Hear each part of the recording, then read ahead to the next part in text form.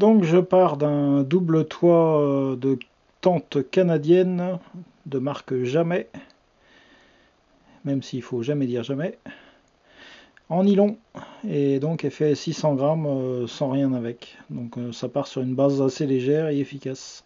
Je vais l'améliorer. Déjà là, il n'y a pas d'élastique, il va la remettre.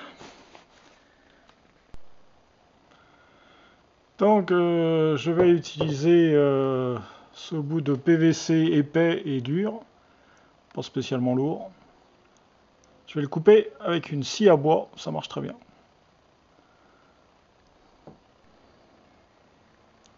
Les deux morceaux sont coupés. Voilà, j'ai bavuré autour et c'est prêt.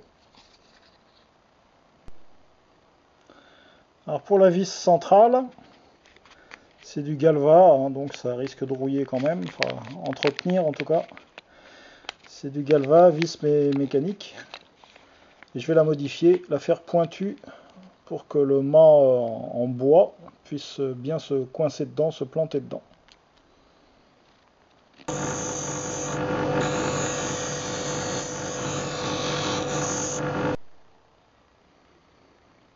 Donc c'est bien pointu. J'ai trouvé des rondelles. Et je vais mettre un petit joint en caoutchouc que je vais découper dans de la chambre à air. Il y a beaucoup de récup dans tout ça. Bon, rien de bien compliqué. Hein. Chambre à air de vélo, récup, et ça fait des petites rondelles. Je ferai juste un tout petit trou au milieu pour que ça soit bien serré quand je vais passer la vis. Voilà. Donc, il me reste plus qu'à mettre un bout de bois là-dedans qui rentre forcé, et puis peut-être des petites vis autour pour que ça tienne mieux. Et j'aurai presque fini, quoi.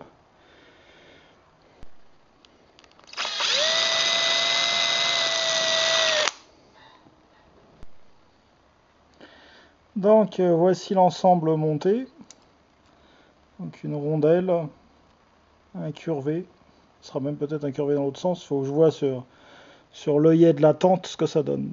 La rondelle en caoutchouc, la deuxième rondelle, la pièce en bois, une autre rondelle en dessous et un écrou. J'aurais bien mis un nil stop, mais j'ai pas trouvé de nil stop aussi petit que ça. Voilà. Donc tout ça, ça va être mis dans le tube et fixé définitivement en haut de la tente. Voilà. Voilà, j'ai ajouté deux petites vis pour bloquer la pièce en bois. Et voilà.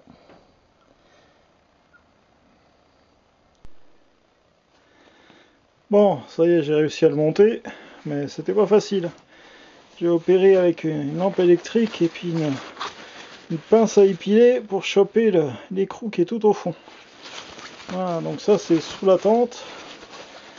Et c'est là-dedans qu'on va emmancher